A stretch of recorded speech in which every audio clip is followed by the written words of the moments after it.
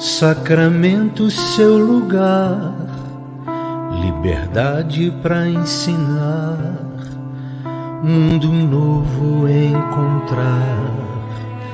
Era assim a sua vida, só nobreza e muito amor. Imortal, o ser humano é imortal. Viver eternamente, ser livre para pensar e sonhar, seu desejo um mundo melhor.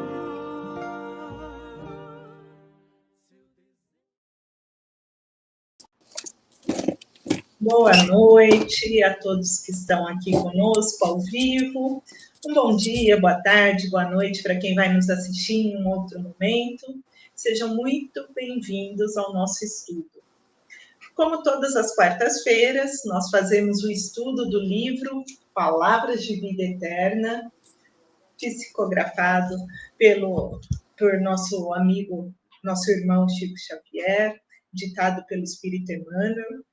E hoje estamos aqui com um convidado muito especial, que veio nos visitar mais uma vez, que já esteve aqui conosco em outras oportunidades, para fazer o estudo da noite. Quer dar uma boa noite, antes de fazermos as apresentações? Boa noite, dizer que para mim é uma alegria e uma honra estar aqui, né, junto com o Instituto Eurípides, né, e a Sandra Julien, para termos essa noite de ensino, né, que nós todos vamos aprender. Isso mesmo. E hoje, para quem nos acompanha, viu que encarnada, eu sou a única mediadora da casa, está um pouquinho diferente. A Tainá, minha companheira, não pôde estar, mas tenho certeza que está nos acompanhando online. E vamos dar início ao trabalho da noite. Antes de fazer as apresentações, falar um pouquinho da casa, para a gente já ir se harmonizando, eu vou fazer uma prece, tá?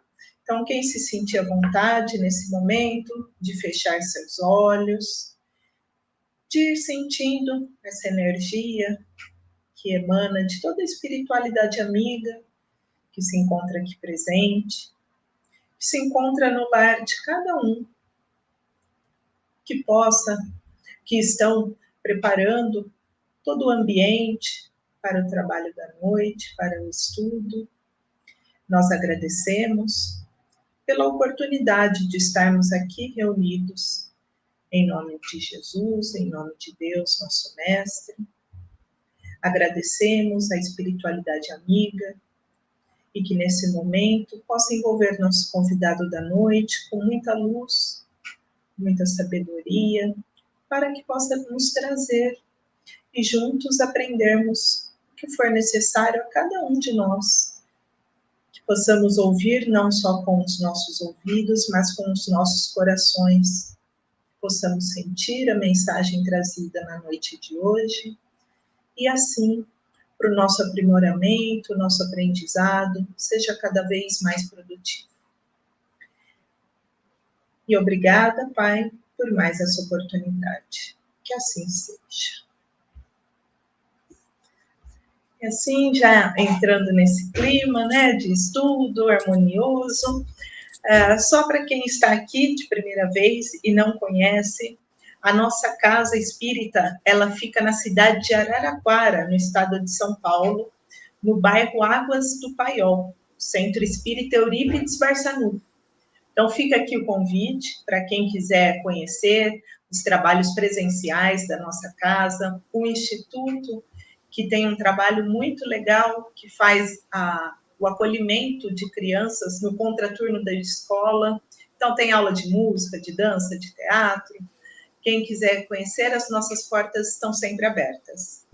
Temos também os trabalhos presenciais e às quintas-feiras tem ocorrido as palestras, às 20 horas, e juntamente, no mesmo horário, a evangelização infantil e mocidade. Então, conhece um jovem, tem um filho, traga para o centro, vamos plantar a nossa sementinha e fazer nossa parte, certo? Então, acredito que os recadinhos da noite já foram dados.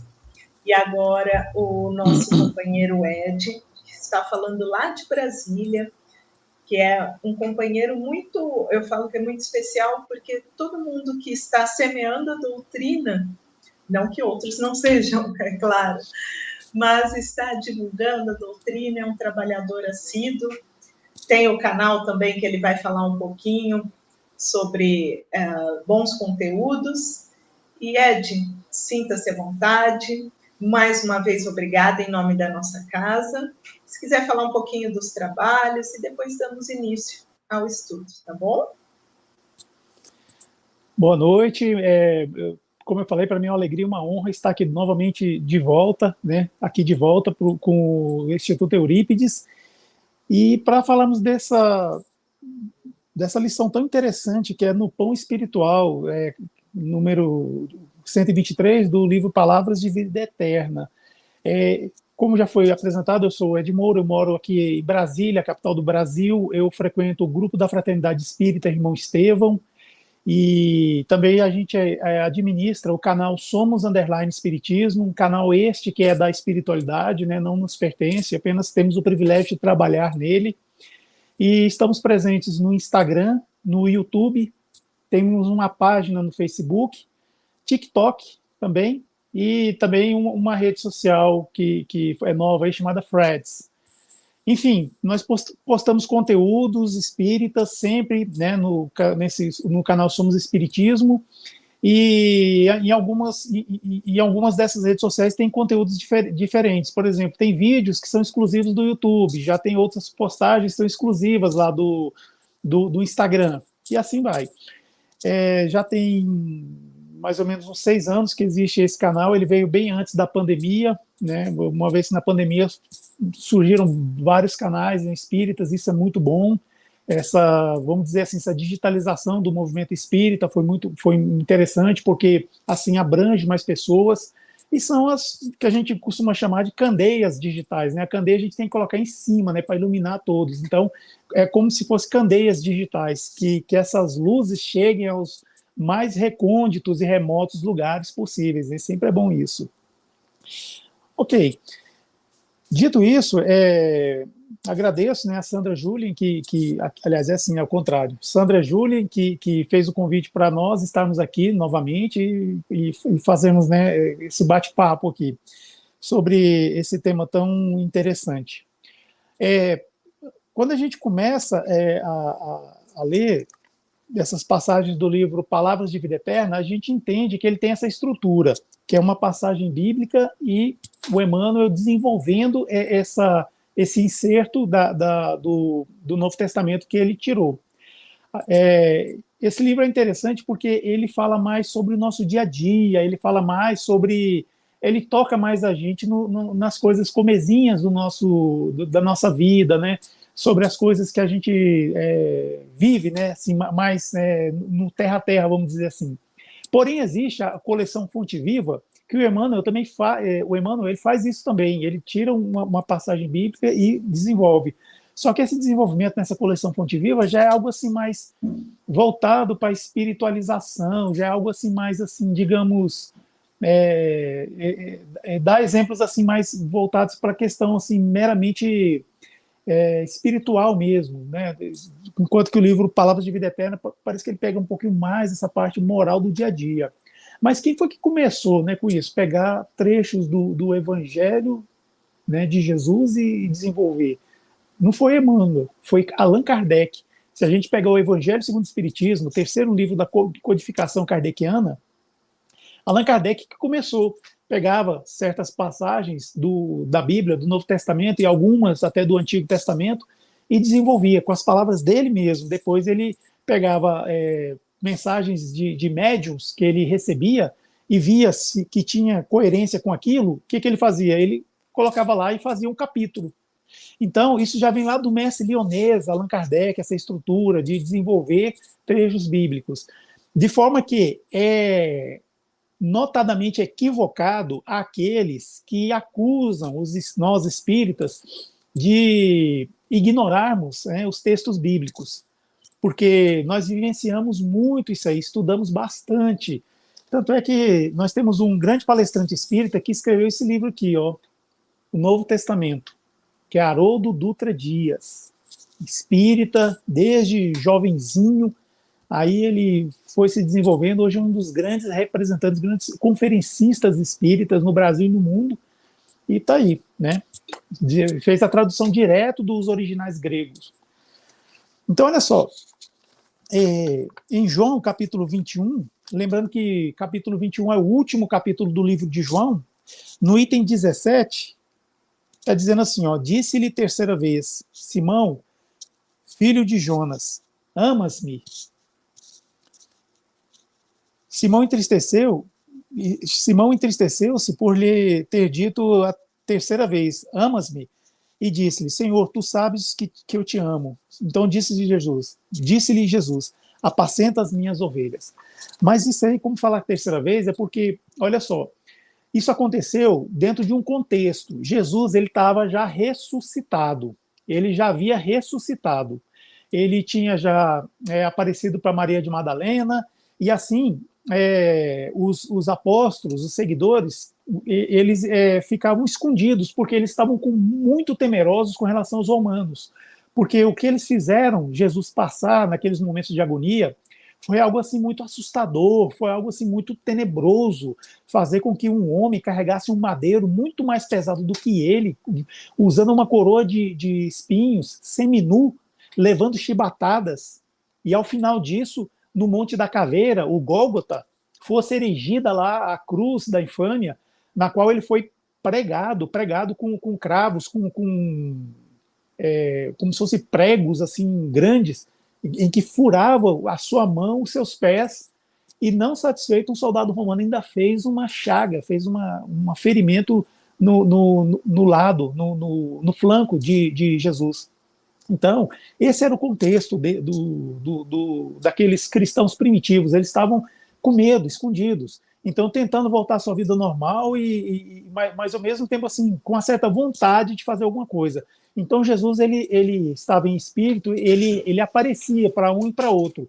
Houve um momento em que ele apareceu para os apóstolos, para principalmente Simão Pedro, e que era um empresário da pesca. Ele tinha uma pequena frota de barcos e ele pescava lá no mar do Tiberíades, e ele tinha passado a noite pescando, ele não encontrou nada, não tinha conseguido pegar nada. Então Jesus apareceu para eles, só que apareceu com outra forma, porém eles sabiam que era Jesus.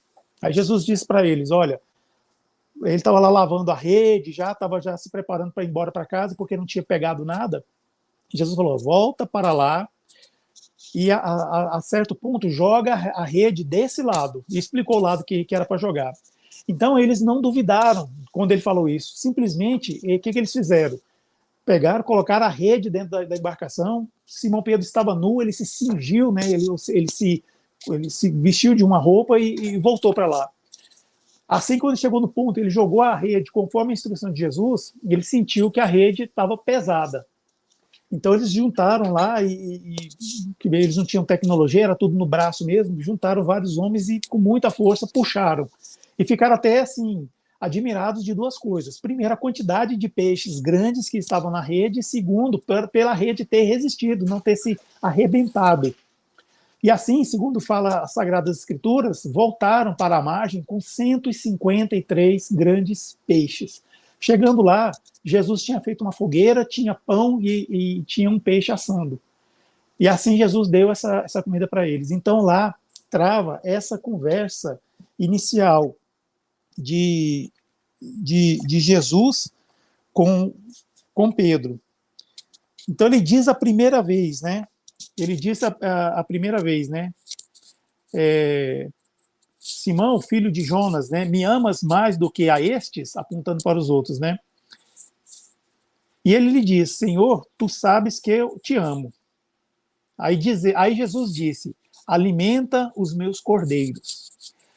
Pela segunda vez, Jesus fala, Simão, filho de Jonas, tu me amas? E ele lhe diz: Senhor, tu sabes que eu te amo. E Jesus diz a ele: apacenta as minhas ovelhas. Aí, por fim, a terceira vez, que é essa que está aqui aparecendo na tela, e que a gente nota que Pedro entristeceu-se. Por quê? Esse entristeceu-se foi assim de ficar frustrado, porque já era a terceira vez que ele falava isso com Jesus. É como se eu falasse para Sandra, né? Sandra, eu vou fazer uma palestra, você confia em mim? Aí ela fala: sim, eu confio, você pode fazer a palestra. Aí eu falo pela segunda vez: Sandra, eu vou fazer uma palestra, você confia em mim? Ela: sim, eu confio, pode fazer. Aí eu pela terceira vez: Sandra, eu vou fazer a palestra, você confia em mim? Como é que a Sandra vai ficar, gente? Ela vai ficar desconfiada, ou ela vai ficar frustrada, vai dizer: poxa, ele não me ouviu, né? Eu falei 3 vezes já. Então, assim, essa tristeza que aconteceu com Pedro foi isso. Mas, assim, a gente faz uma pequena ponte aí com Emmanuel, quando ele encontrou com Chico Xavier pela primeira vez, e lá naquele lago, com aquela cachoeira maravilhosa, ele foi e falou para o Chico que ele precisava ter 3 coisas para trabalhar com eles, né, junto à espiritualidade. Então ele falou 3 vezes: disciplina, disciplina, disciplina. Pois é. Então, assim, parece que é uma forma de fixar, de realmente ter certeza do que aquela pessoa tem. Agora, por que Jesus falou isso para Pedro assim 3 vezes, né? Apacenta, alimenta os meus cordeiros, apacenta as minhas ovelhas. Primeiro, a gente não pode negar que aqueles homens daquela época eram homens muito simples, quase que brutalizados. Apesar de, por exemplo, Mateus ser médico e ao mesmo tempo fariseu, e outros lá ter os seus conhecimentos, mas eram homens assim mais simples mesmo. Simples e, em alguns casos, brutalizado. Pedro, em si, é aquele assim que, de certa forma, a gente até se identifica mais com ele, porque o Pedro parece demais conosco, devido à forma espontânea de ele ser, aquele jeito muito prático, de querer resolver tudo assim já na hora mesmo. E tanto, mas graças a essa forma de ser de Pedro, é que ele conseguiu dar oportunidade para Jesus trazer inúmeros ensinamentos assim, excelentes, sublimes. Basta ler o livro Boa Nova, de Humberto de Campos, que a gente vai ver os momentos em que Pedro chega lá todo afoito, querendo fazer as coisas, e Jesus fala: calma, Pedro, olha só, a gente tem que ver, e dava a lição. Olha como interessante. Pedro, que Jesus, Simão, que Jesus falava que era o Cefas, que quer dizer Petra, Petrus, né, que ao mesmo tempo vem pedra, e para nós chegou aqui como Pedro. Então ele falava, né, tu és a rocha, e nessa rocha edificarei a minha igreja, ou seja, a minha congregação, a minha reunião, o meu, vamos dizer assim, um grupamento, né, que é assim, a igreja tem esse sentido, essa palavra, né, de congregação, de ajuntamento. E Pedro, ele não à toa, ele, devido aos feitos dele após Jesus ter partido, ele é considerado o primeiro bispo de Roma. E isso quer dizer o quê? O primeiro papa da igreja dos nossos irmãos católicos. Ele é considerado. E tem uma imagem simbólica de que Pedro, toda vez que a gente vê uma imagem lá de São Pedro, que é o mesmo Pedro que a gente está falando aqui, São Pedro, Pedro tal, ele está com uma chave, né? E essa chave, ela faz alusão ao Evangelho de Mateus, capítulo 16, versículo 19, em que Jesus fala que entregará para Pedro as chaves do reino dos céus. Mas assim, nós, né, pessoas, né, falhas, né, entendemos que essa chave é aquela chave realmente que você coloca na porta e abre e passa, né? Mas essa chave que ele quis dizer foi acesso, foi a entrada. Porque Jesus dizia assim, que para que ele fizesse na terra o que abriria, fosse aberto ou ligado lá no céu. E Jesus finaliza esse capítulo 21 dizendo apenas a palavra: segue-me. E esse seguir é fazer tudo o que ele fez, toda a caridade, todo o amor, todo o ensinamento, fazer até mesmo com que as máscaras caíssem. Quantas vezes Jesus não disse para aqueles homens, né, que o tentavam: hipócritas, por que me tentais? Então ele deixava muito claro isso aí, Jesus. Então é nesse sentido que fala sobre essas chaves. E Pedro, ele fundou a Casa do Caminho, que é considerada a primeira igreja, que era um lugar em que eles atendiam qualquer tipo de pessoa. Não era assim o caso de chegar uma pessoa lá para se tratar, eles falavam assim, não, a gente vai avaliar seu caso, vamos ver aqui a sua ficha, vamos ver de onde você é, quanto que você pode pagar, você tem essa doença, realmente a gente não pega esses casos como o de vocês. Não tinha protocolo. Às vezes eles abriam as portas de manhã, estava um corpo lá deitado, semi-vivo, semi-morto, né, não sei, né? Isso aconteceu inclusive com Estevão, né, que na época chamava-se Gesiel e foi abandonado lá, totalmente ensanguentado, todo perecendo, quase para perder a sua vida, e foi atendido. E sendo atendido, ele se tornou um dos membros lá da Casa do Caminho. Assim foram tantos outros.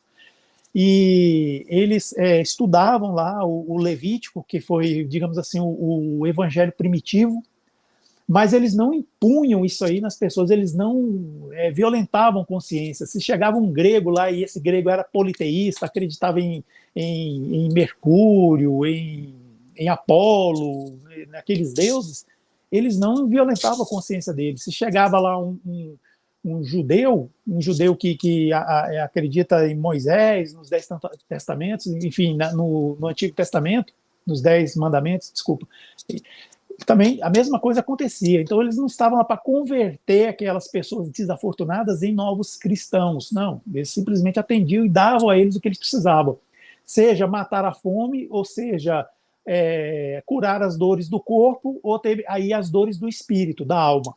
A Casa do Caminho fazia isso. Então Pedro, ele se propôs a fazer isso, e ele foi perseguido, chegou alguns momentos que ele foi para Roma, depois voltou para a cidade de onde ele trabalhava, e por fim ele foi um dos que foi crucificado também, só que ele falou que ele não era digno de Jesus, então ele pediu para ser crucificado de cabeça para baixo, e assim foi a vida dele, né? Um dos grandes apóstolos. Como nós já falamos, né, quando Jesus fala apacenta as minhas ovelhas, ele tinha que falar de uma forma assim, realmente que fosse de acordo com aquelas pessoas lá, né? Se Jesus estivesse no meio de advogados, com certeza ele ia falar algum termo jurídico lá para esses advogados. Se Jesus estivesse no meio de médicos, ele ia falar alguns termos relativos à medicina, mas ele estava no meio de homens simples, homens assim que realmente não tinham nenhuma instrução, ou tinha pouca instrução, salvo alguns, né, como Mateus, que eu falei, que era médico, e assim como outros.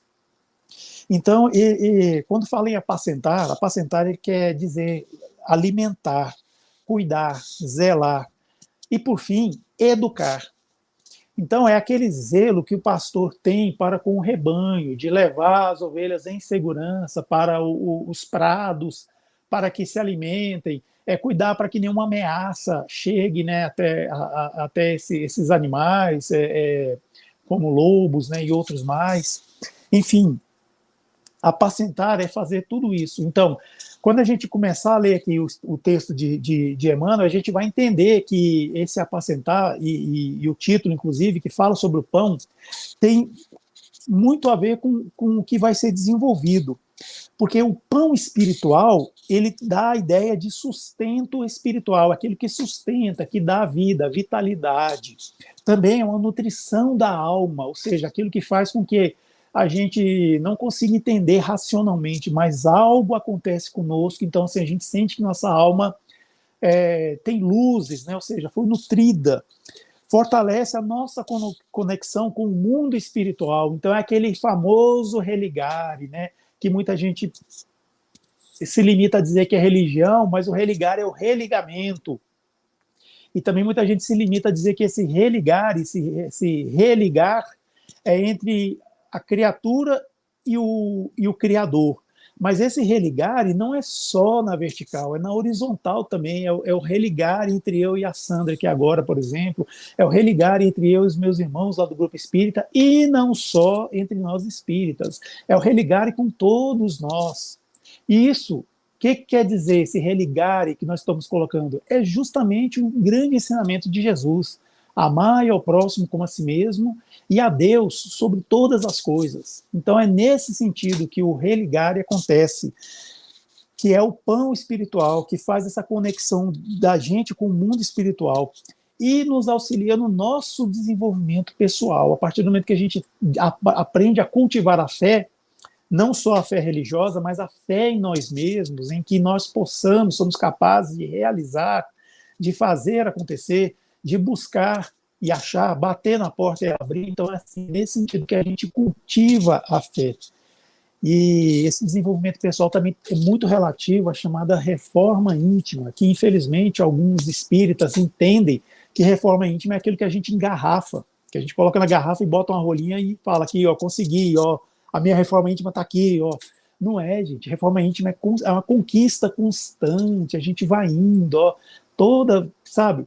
É igual a casa da gente, eu adoro esse exemplo, a casa, o apartamento onde a gente mora. De vez em quando a gente olha assim, precisa, né, dar uma mexida, alguma coisa, tal, precisa fazer o quê? A famosa reforma, né? Aí algumas pessoas não entendem direito, vai, compra tinta, pinta e pronto. Não, reformei, tá pintado. Não, a gente apenas mudou a aparência, não está reformado, não. Às vezes a gente mora num apartamento, uma casa tão antiga, mas tão antiga que os tubos de encanação são de metal. E isso acontece o quê? Que passa ferrugem para a água, então você não tem água pura. Então isso é uma reforma, ou seja, fazer com que a fonte de água que você precisa seja pura. Às vezes uma rachadura aparece aqui, outra ali, uma goteira, uma infiltração, então a gente precisa realmente quebrar, fazer tal. E quando a gente vai reformar, sempre é bom, de bom alvitre, a gente chegar no vizinho e falar, olha, vou reformar minha casa, vou fazer uma poeirinha, vou fazer um barulhinho aí, vou te incomodar um pouquinho, mas eu vou tentar ser o mais rápido possível e vou tentar incomodar o menos possível. Assim somos nós, quando a gente vai fazer reforma íntima. Então, quando a gente sabe que a gente está se reformando, a gente pode gerar algum distúrbio com os nossos vizinhos. Quem são esses vizinhos? A família, quem mora com a gente, quem coabita conosco em casa. Então, assim, claro que a gente não vai chegar assim para o marido, para a esposa, para o filho ou para os pais e falar assim, olha, eu estou em reforma íntima, então paciência comigo. Não, simplesmente você sabe que você está buscando ser uma pessoa melhor, está buscando reparar algumas coisas em você, então começa a agir. Agir calmo, confiante, sem fazer proselitismo, sem ficar batendo no peito e falando, porque muitas vezes a gente fala, a gente gera muita expectativa. E quando a gente gera muita expectativa no outro, a cobrança vem. Aí, será que a gente está preparado para essas cobranças que vão vir? Pois é, aí que é o problema. Se a gente realmente está preparado, então fique à vontade. Agora, se a gente julga que não está preparado, então o melhor é fazer a reforma em silêncio.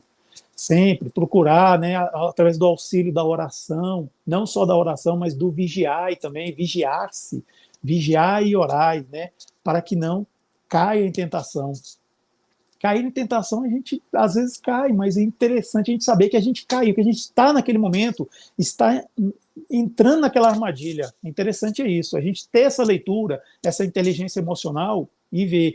Quando, por exemplo, acontece aquele sequestro da amígdala, né? A amígdala é uma glândulazinha que tem dentro do cérebro também, e é o que faz com que a gente seja mais racional, mais frio. Então, quando há esse sequestro, então a gente fica totalmente com essa parte límbica, né, do cérebro agindo, ou seja, a gente vira um verdadeiro animal.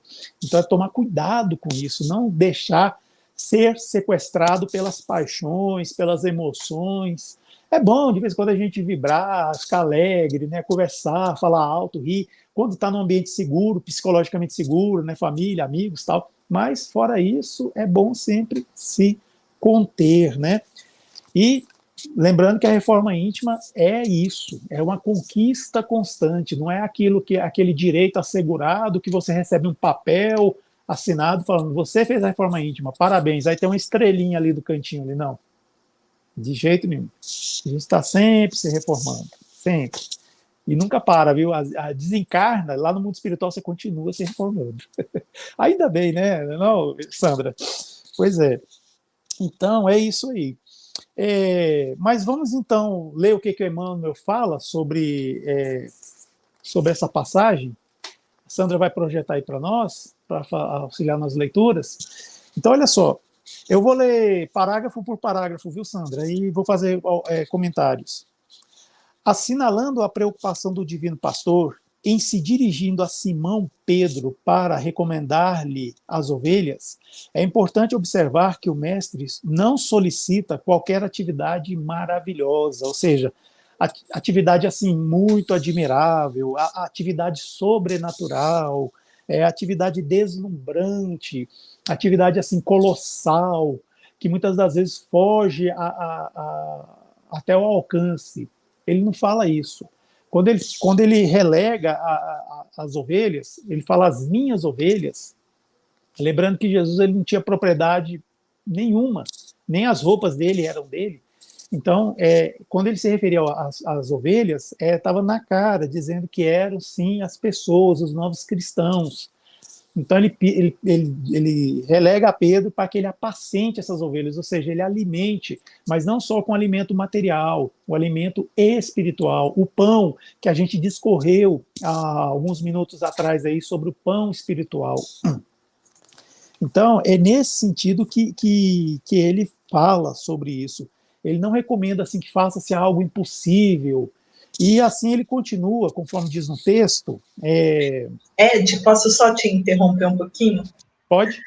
Porque nessa parte, realmente, né, colocando no nosso dia a dia, às vezes ficamos aguardando que algo aconteça para que a gente possa, né, ter uma atividade maravilhosa, como no contexto. E não é isso, né? O pouquinho que às vezes a gente acha pouco já é o necessário, já é o suficiente. E é bom refletirmos sobre isso, né? Não precisamos fazer algo de magnitude ou às vezes algo para os outros verem, né? Muito pelo contrário. Então eu acho que é nesse sentido também, né? Para que a gente faça essa reflexão. Perfeito, exatamente. Ou algo assim que, como a Sandra falou, para que os outros vejam e se admirem e elogiem. Não, muito pelo contrário. Ele também ele não ordena que os apóstolos lhes convertam os balidos em trechos de músicas. Balido, literalmente falando, é o som de raposa, mas também pode ser o som de ovelhas, né? Aquele berro que elas dão, né? Fazer com que esses sons de animais sejam música, né? Música entendendo aquelas músicas sublimes, músicas clássicas, assim, né? Tal como diria, né? Ele também não determina se ele transforme pelo em fios de ouro, pelo de animal, pelo nosso mesmo, que seja convertido, materializado em fios de ouro. Jesus era capaz de fazer isso? Sim, ele poderia fazer isso, mas ele não queria que isso fosse feito, não era esse o sentido que ele falava. Transformar pelo em fios de ouro, para nós, até hoje ainda é impossível, mas a gente sabe que isso é factível, com o avanço, né, que a gente vai ter no futuro, né? Jesus ele andou sobre as águas, então a gente sabe que ele poderia fazer muitas coisas. Ele também não aconselha se transfigure o redil em palácio. Redil é o curral onde os animais ficam presos. Aquele curral, né, que muitas das vezes é sujo, é um lugar mais rudimentar, fazer com que esse redil se transforme em um palácio, assim, um paço bonito, esplendoroso, o que seria algo assim também quase que impossível para eles, aqueles homens simples, né, que também nem tinham conhecimento para eles lá, né, para fazer essas edificações. Como que seria isso? Jesus não pediu isso também. E nem exigiu se lhes conceda regime de exceção, ou seja, fazer com que se mude tudo lá se transforme em algo diferente e que as leis sejam mutadas por outras, né, sejam mudadas para outras formas. E nem manda se lhes dê asas, para que essas ovelhas, esses seres, de repente se transformem em seres alados, né? O que faz uma certa referência a anjos. Então, num salto da natureza, lembrando que a natureza nunca dá saltos, se transforma em anjos. Não, Jesus não pedia isso de maneira alguma. Jesus não estava pedindo nada impossível para aquele homem, para aquele Pedro, né, o Pedro, o Cefas. Ele roga simplesmente para que o apóstolo lhes administre alimento. Ele pede para que o Pedro alimente as suas ovelhas, apacenta, ou seja, alimentar não só o corpo, mas o espírito também, a fim de que vivam e produzam para o bem geral, sem fugir aos preceitos do trabalho e sem abolir os ditames da evolução. Uma coisa está atrelada à outra. O trabalho, os preceitos do trabalho, o bem geral, que faz com que tenha uma obrigação de evolução, porque é a lei de progresso, é a lei divina de progresso, é a lei de causa e efeito, ou seja, se a gente planta o bem, a gente obrigatoriamente vai colher o bem, e colher o bem é essa evolução, porque nós não podemos plantar morangos e colher limões, né? Ao contrário, como falo, plantar limões e colher morangos. Então, é a lei de causa e efeito e também a lei do progresso, leis divinas que homem nenhum consegue mudar, pessoa nenhuma consegue mudar. Então, era nesse sentido que ele falava, para que essas ovelhas, nós, né, por que não, evoluamos. Lembra que eu falei da Casa do Caminho ainda aqui nessa noite? Que eles atendiam pessoas que sejam para matar a fome física, para curar doenças e até mesmo doenças do espírito, a fome do espírito também. Era assim que Pedro fazia na Casa do Caminho. Ele seguiu esse exemplo. E também, certo, no entanto, o excelso condutor, Jesus, né, não sentia a necessidade de advertir o companheiro quanto ao cuidado justo de não se adicionarem agentes tóxicos ao bebedouro e às forragem normal. E a forragem normal. Forragem é onde está o alimento, né? A gente sabe que dia 25 vai estrear de forma nacional o filme Nosso Lar 2, Os Mensageiros.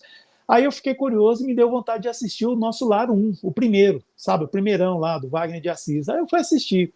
Aí tô lá vendo, né, o filme e tal, lembrando que eu só tinha assistido uma vez, no cinema, quando foi lançado lá, depois eu não vi mais. Aí eu fui ver o filme. Aí chega um momento em que André Luiz, ele já se encontra lá nas câmaras de regeneração, junto com a irmã que cuida lá do ambiente, Narcisa, junto com Narcisa. E ele, naquela coisa ainda, não, porque eu sou médico, eu posso ajudar bastante aqui, eu estudei medicina, eu tenho prática na medicina, só que é medicina terrena, né? Tal. Então chega um momento lá em que uma pessoa, ele está conversando com uma pessoa que tá lá numa maca, nas câmaras de regeneração, e ela começa ele oferece água para ela bebe, ela começa a tossir, a se engasgar, e ele fala assim, não, peraí, deixa eu te examinar, e começa a pegar nela assim nas costas, né, aqui no peito, na cabeça, aí a pessoa vai só piorando, e ele começa a ficar desesperado, aí a irmã Narcisa, que eu falei, ela chega lá e fala assim, olha, vestida de enfermeira, ela fala assim, olha, por favor, tire suas mãos dela. Não, mas ela está passando mal, tire suas mãos dela, por favor. Não, mas eu tenho que ajudar, por favor, o senhor tire as mãos dela. Aí ele solta a pessoa lá, aí ela vai e começa a fazer passes, né, primeiro passes de dispersão, né, limpando, retirando, aí depois ela coloca o passe, faz o passe para repor energias. Aí a pessoa na hora melhora, né? Melhora e começa a dormir. Aí ele falou assim, oh, mas eu não entendi, eu estava ajudando, eu estava fazendo exatamente o que a senhora fez. Olha só, hein, a pretensão dele. Ela falou assim, não, você, sem querer, você estava passando as suas energias, que ainda são deletérias, para ela. E juntando com as energias dela, ela estava se sentindo muito mal e estava aumentando as suas feridas. Aí que ele foi entender. Eu falei, mas eu sou médico. Eu falei, não, o senhor é médico, o senhor foi médico lá na Terra, aqui é diferente. Então ele notava que lá nas câmaras de regeneração não tinha médico, só tinha enfermeiros. E os enfermeiros que dominavam as ciências espirituais, ou seja, sabia o tipo de passo que tinha que aplicar, quando... um detalhe, um dos passos que ela aplicou foi sopro. Ela soprou, que é também uma forma de passe também, curativo, inclusive. E ela fez isso. Lembrando que o livro Nosso Lar é de 1944, então Nosso Lar em 44 é aquele que a gente viu no filme. Hoje em dia é bem diferente, viu? Hoje de 2024, né, vários anos aí à frente, está bem mais evoluído, viu? Lembrando. E vamos assistir o filme, viu, gente? Nosso Lar 2, dia 25 de janeiro, estreia em circuito nacional nos cinemas. Vamos lá. Não é só comprar ingresso, não, é lotar as salas também, porque senão vai ter recorde de bilheteria com sala vazia. Aí não pode, né? Aí não dá. Bom, agora voltando aqui, eu não estou ganhando nada, viu, para fazer merchan do filme Nosso Lar, tá? Lembrando aí. Então, esses agentes tóxicos, que me lembrou agora o André Luiz, é justamente isso, é que quando a gente vai oferecer um alimento para alguém, e a gente falando que esse alimento é o pão espiritual, a gente não deve colocar elementos tóxicos, né, como, por exemplo, ironia, revolta, discurso de ódio embutido nesses ensinamentos. Nós temos sempre que primar pelo nosso modelo, que é Jesus. Como que Jesus fazia? Jesus, quando ele precisava ser enérgico, ele era enérgico com aqueles que o tentavam. Mas, fora isso, ele era muito brando e pacífico. É como dizem, Jesus era manso igual um pombo, mas era mais perspicaz que uma serpente. Por quê? Porque ele tinha uma responsabilidade muito grande em trazer a lei de amor e de perdão para nós. Então é nesse sentido que ele fala. Assim também no domínio das criaturas humanas, ou seja, não só lá que ele falava, mas de nós, seres humanos. Trabalhadores das ideias, chamados a nutrir o pensamento da multidão. Quem são os trabalhadores das ideias? São justamente esses que se propõem a levar o pão espiritual para as pessoas, para as ovelhas, para esses que buscam, né? São todos os que nós nos denominamos como cristãos, sejam nós espíritas, sejam os nossos irmãos evangélicos, católicos, e de outras denominações religiosas dentro do cristianismo, mas também, claro, por que não? Fora do cristianismo nós encontramos também esses que nutrem os pensamentos da multidão. Só que, infelizmente, a gente sabe que existe aqueles que vêm para iluminar, mas também existem aqueles que vêm para iludir. E, como já foi dito, né, haverão falsos cristos e falsos profetas. E mais cedo ou mais tarde as máscaras caem, a gente vê quem é quem. Então, para a gente saber se uma árvore é boa, é só ver os frutos que ela está produzindo. Se essa árvore não produz frutos, é porque ela não está realmente cumprindo o seu papel, não está fazendo a sua função nessa acepção religiosa que a gente está falando. Existem sim, eu sei que na natureza, na biologia, na botânica, existem árvores que não produzem frutos, não produzem flores, eu entendo isso. Mas nessa acepção que a gente está dando aqui, religiosa, nesse contexto, nós devemos olhar se uma árvore é boa segundo seus frutos. Se a árvore não está dando frutos, é porque ela realmente não está cumprindo a sua função. Porque nessa acepção que a gente dá, religiosa, espírita, toda árvore produz frutos bons ou frutos maus. E cabe a nós fazer esse julgamento. Não é errado nós julgarmos o que é bom ou o que é ruim. O que é errado é a gente julgar no sentido de condenar. O que é errado é a gente julgar no sentido de fazer tribunal e condenar. E muitas das vezes até executar as penas. Isso é que é errado. Mas julgar o que é bom, o que é ruim, e trazer isso para si, não, isso nunca foi proibido. Inclusive está nas Sagradas Escrituras, isso aí. Então é nesse sentido que nós vamos sempre ver.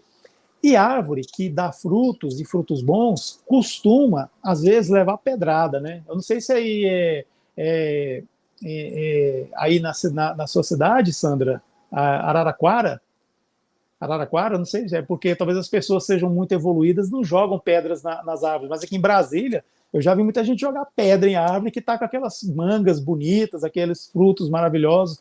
Então, assim, é uma figura de linguagem que nós estamos fazendo, dizendo assim, que às vezes você está produzindo bons frutos e está sofrendo com a ingratidão, está sendo humilhado, muitas vezes, às vezes não está recebendo a devida atenção das pessoas, mas saiba, árvore que leva pedrada porque está produzindo frutos. Então, isso uma hora realmente vai mudar, Ou seja, essa árvore vai crescer tanto, tanto, tanto, que nem vai sentir mais essas pedradas, ou seja, vai evoluir, vai crescer, que não vai mais fazer efeito nenhum isso aí. Então, esses que são os chamados a nutrir o pensamento da multidão, são aqueles, desde aqueles líderes religiosos, aqueles que divulgam a doutrina, né, por meio de palestras, mas também são aqueles que trabalham na evangelização, trabalham na sopa, trabalham junto à mocidade espírita, são aqueles que trabalham em atividades meramente administrativas dentro de uma casa espírita, por exemplo, e assim por diante. Porque, olha só, em verdade, o Cristo não espera mudeis os vossos leitores e ouvintes em modelos de heroísmo e virtude. Não é uma mudança assim. Essa mudança acontece, ela vem aos poucos, paulatinamente ela vai acontecendo. Ele conta com o vosso esforço correto para que a refeição do conhecimento superior, seja distribuída com todos, ou seja, esse alimento espiritual seja distribuído para todos aqueles que procurarem, porque nem todos estão procurando alimento espiritual. Então, daí não adianta a gente querer fazer proselitismo, ou seja, querer fazer conversões, violentar consciências, obrigar as pessoas a saírem da sua religião para vir para a nossa. Não, o sentido do espiritismo não é esse. Tanto é que o espiritismo nem é considerado bem uma religião, segundo nos ensina Allan Kardec. É uma religião porque existe esse religare que nós falamos no início aqui desse bate-papo, dessa palestra.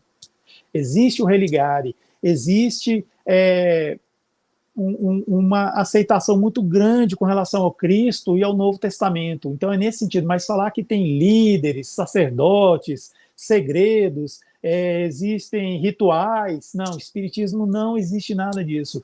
Mas você vai perguntar, mas o Instituto Eurípides tem um presidente ou uma presidenta, né? A minha casa espírita tem um presidente, a casa espírita do fulano tem a senhorinha que é a presidenta lá, tal.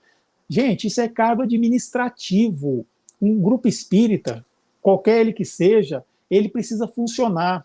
E para ele funcionar, ele tem que estar limpo, ele tem que ter a conta de água paga, ele tem que ter água de luz paga, ele tem que ter arrecadação de recursos, de receitas para se manter. Dependendo do tamanho da casa, ele vai ter funcionários, né, vai ter empregados que trabalham para a casa espírita, certo?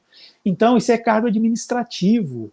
E quando você encontrar com o presidente, seja do Instituto Eurípides, do Grupo Espírita Irmão Estevão, de qualquer outro grupo, veja naquela pessoa, não alguém assim que é um líder religioso supremo, infalível, que tem sempre a última palavra, não. Entenda que aquela pessoa é alguém que abriu mão da sua zona de conforto para estar lá, naquele lugar, representando, ou seja, auxiliando, sendo o secretário de todos, na verdade. Aquela pessoa que toma as decisões mais difíceis, que muitas vezes nem chega para nós, nem respinga em nós. Então a gente tem que entender que essa é uma pessoa totalmente abnegada, ao qual a gente deve, sim, respeito e, antes, até mesmo, auxiliar, ajudar, sempre estar disponível a ajudar. Porque o importante, a gente sabe que a casa espírita é importante, mas acima da casa tem a causa espírita. E é nesse sentido que a gente fala. Então, conta com o vosso esforço correto para que a refeição do conhecimento superior seja distribuída a todos, aguardando, porém, que a mesa de vossas atitudes, olha só, atitudes, se mostre asseada e que o alimento de vossa palavra esteja limpo. Ou seja, nós devemos evangelizar aqueles que procuram a evangelização, sejam crianças, jovens, adultos, idosos, mas é interessante que nós façamos essa evangelização, se necessário usar palavras, porque a gente deve fazer com as atitudes, com os atos, com a forma de se posicionar ante as situações da vida, a forma com que a gente se posiciona perante o mundo, perante as coisas, perante o nosso próximo, perante a nossa família e perante a nós mesmos. Porque se o nosso amor é só para o outro, esse amor é incompleto. Se o nosso perdão é só para o outro, o nosso perdão é incompleto. Tem que ter o auto-amor, tem que ter o auto-perdão. Porque se não houver, uma hora, essa fonte vai secar, a gente não vai mais conseguir amar o próximo, não vai mais conseguir perdoar o próximo. E como que a gente ama a Deus se a gente não ama o próximo? E como que a gente ama o próximo se a gente não ama nós? Não dá. É uma triangulação. É eu, o próximo e Deus em cima. É nesse sentido que a gente tem que ter essa casa. Essa é a casa que a gente deve construir. E é nesse sentido que Emmanuel nos ensina. E a gente busca referências dentro do próprio Evangelho segundo o Espiritismo, que está lá no capítulo 17, item 3, capítulo Sede Perfeitos, que é o homem de bem. O homem de bem é aquele que cumpre na íntegra a lei de justiça, de amor e caridade. Lei essa que está no livro dos Espíritos, lá nas leis divinas, leis morais, desculpe. E a justiça, segundo os próprios Espíritos, é respeitar o direito dos demais. Simples e curto assim, respeitar os direitos dos demais. Isso é a justiça que entende o Espiritismo, porque é dada pelos Espíritos para nós esse ensinamento. O amor é a própria caridade, é o amor em ação. Amor é ação, né? Amor não é você ficar quieto apenas e ir lá olhando o objeto da sua adoração e ficar. Não, amor é ação, é agir. Então, por isso que a gente fala que amor é caridade. E caridade é benevolência para com todos. O que é benevolência? Boa vontade. É ter boa vontade, porque muitas vezes a gente tem muita boa vontade quando está entre as quatro paredes dos muros de uma casa espírita. Então, a boa vontade, até o tom de voz muda, a gente até começa a falar diferente, começa a falar com a vozinha assim: oh, irmão, sois muito bem-vindos aqui na casa de Jesus, aqui é uma casa de oração e de caridade. Passa uma semana lá trabalhando para ver como é que é.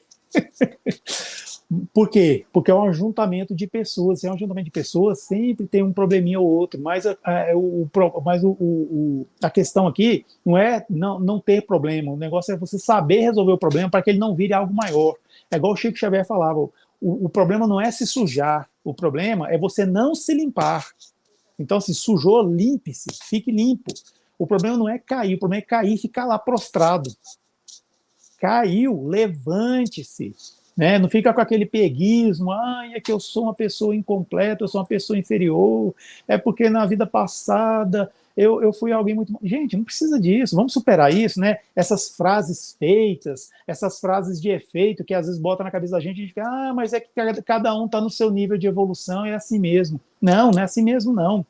A gente, a todo momento, tem a oportunidade de evoluir, então vamos para frente, vamos largar essas crenças incapacitantes que existem no meio espírita. Isso é crença incapacitante.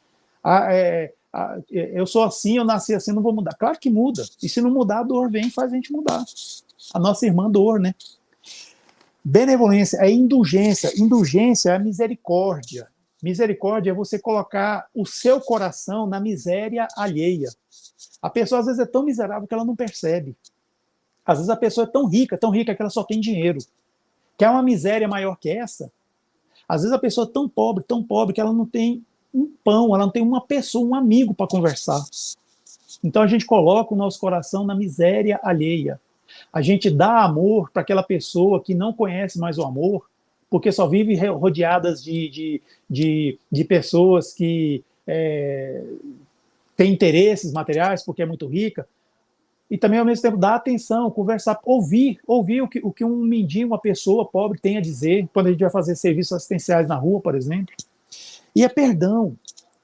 Perdão é eliminar os ressentimentos. Perdão é perdoar, é doar-se permanentemente, ou seja, não se vingar.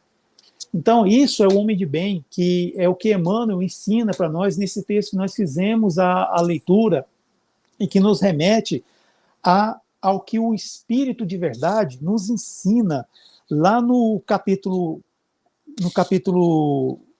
6, item 5. Ele diz que diz o seguinte: amai-vos, eis o primeiro ensinamento, e instruí-vos, eis o segundo ensinamento. Amai-vos e instruí-vos. Ou seja, esse amor que a gente fala é o amor ágape, é aquele amor assim que realmente nós devemos sempre querer o bem do outro, né? Não é esse amor assim romântico que infelizmente muitas vezes a gente acaba confundindo. Não, o amar é acima de tudo respeitar e admirar. Segundo o psicólogo Rossando Klinger, quando você junta admiração com respeito, você tem o amor, esse amor ágape. Então é nesse sentido que é o amor, instruí-vos, ou seja, ensinar, fazer com que essas ovelhas aí, como diz Jesus, aprendam, ou seja, tenham o alimento espiritual. E esse alimento espiritual é o que emancipa essa pessoa, porque ela se educando, ela fica emancipada com essas questões espirituais. Às vezes ela nem está em condições ainda de ensinar com palavras, com aulas sistematizadas, mas pelas atitudes, ela às vezes ensina até quem ela não sabe que está ensinando. E assim a gente vai, né, vendo. Voltando a André Luiz, nosso lar, tinha uma senhora que ele atendia de graça quando ele era médico na Terra. E quando ele desencarnou, ela estava lá em nosso lar. Aí ele, ela chamando ele de doutor André, tudo. Aí ele virou para ela e falou assim: olha, você me ensina muito, você me ensinou muito, viu? Muito obrigado. E assim também ele fala também lá para a sobrinha do Lísias também, ele agradece a ela porque ela teve uma atitude lá muito impensada, mas ele falou assim: olha, eu aprendi muito com você, muito obrigado. Falou humildemente assim. Então é nesse sentido, ensinar pelas atitudes, pelo nosso posicionamento na vida. É quando a gente precisa realmente ter fé, porque assim, é muito fácil eu ficar batendo no peito e falar: eu sou um homem de fé, eu tenho muita fé, é porque minha fé é inabalável, minha fé não sei o quê. Aí vem uma doença, vem uma gripe, aí é porque Deus me abandonou, Deus me deixou, Deus não sabe nem que eu existo. Vem aquela pequena dorzinha, ainda mais a gente que é homem, né? Que dor com a gente, né? Já viu como é que é? Aí, quer dizer, na hora de você realmente mostrar que tem fé, você não mostra. Na hora do suplício, da aflição, na hora que você está realmente imerso na escuridão, aquela escuridão da alma que eu falo, que é o momento de você ter fé, aí a pessoa vai e põe tudo a perder.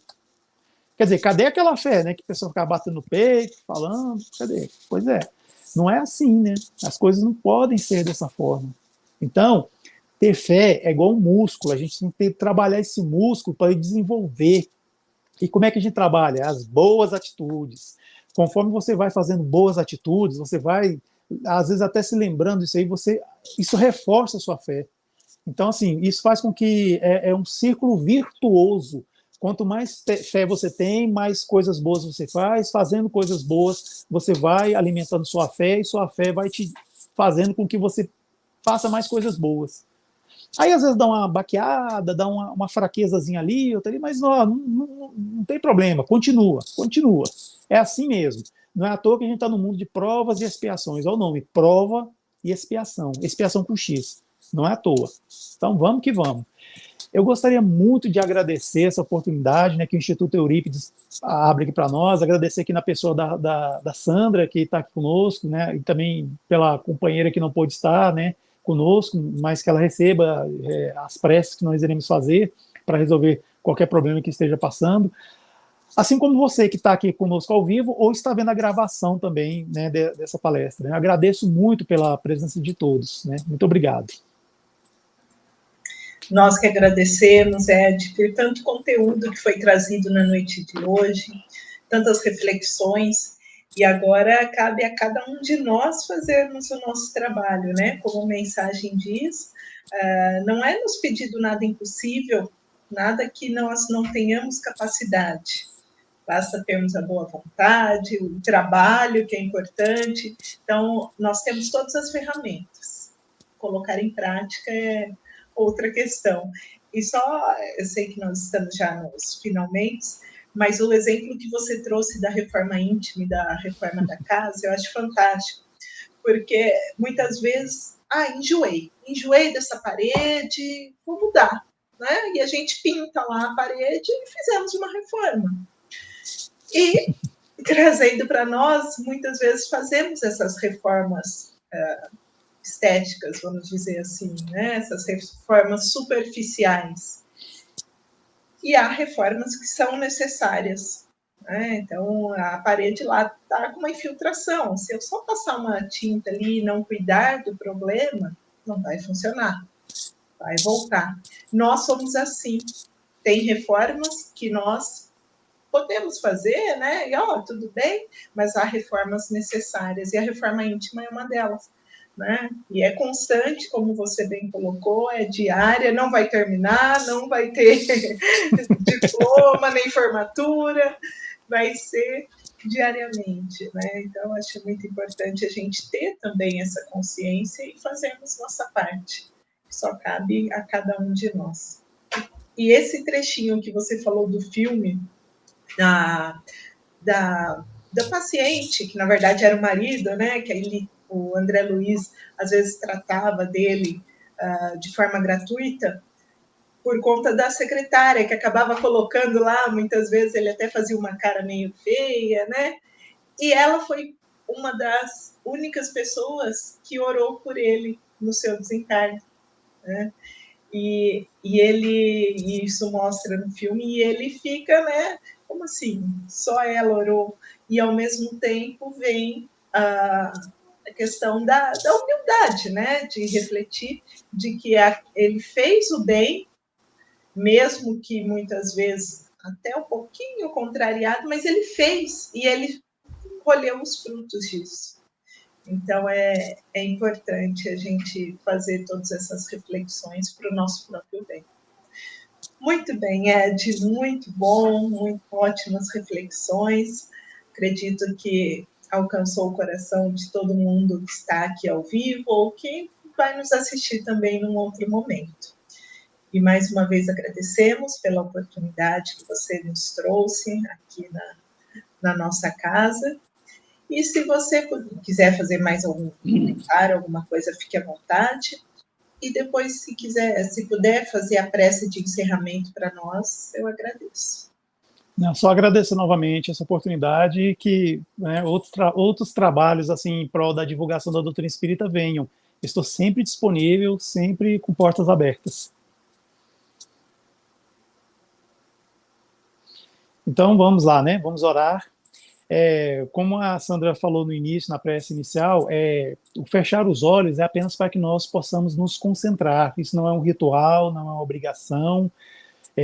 Então, nesse sentido, quem se sentir à vontade e quiser cerrar os olhos, faça-o, mas mantendo as janelas, as portas do coração abertas, e assim vamos elevar nossos pensamentos e sentimentos, agradecendo ao amparo, à assistência dos grandes amigos do mundo espiritual que nos intuíram, nos envolveram com seu amor e seus fluidos nessa noite de hoje.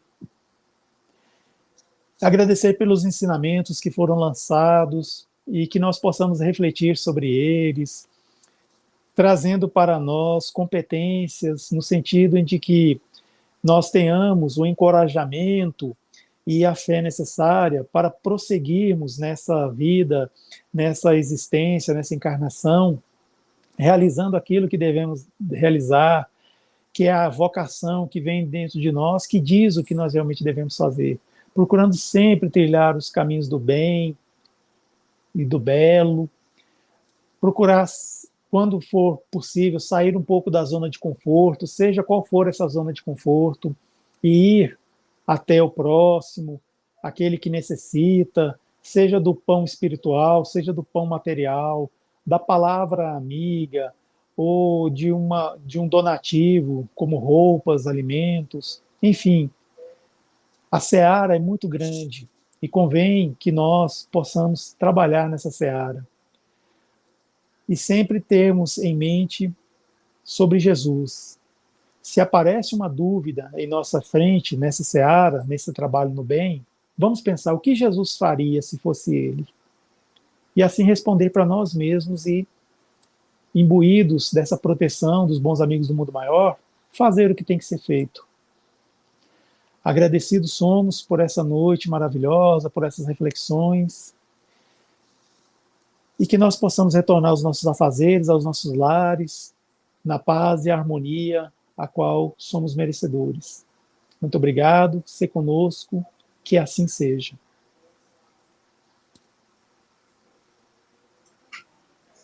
Muito obrigado a todos que estiveram aqui conosco. Aguardamos todos vocês na próxima semana, às 7h30, aqui. E não esqueçam também de seguir lá, somos_espiritismo, sempre bons conteúdos. Vamos lá, vamos divulgar. Ed, muito obrigado e um grande beijo a todos. Fiquem com Deus.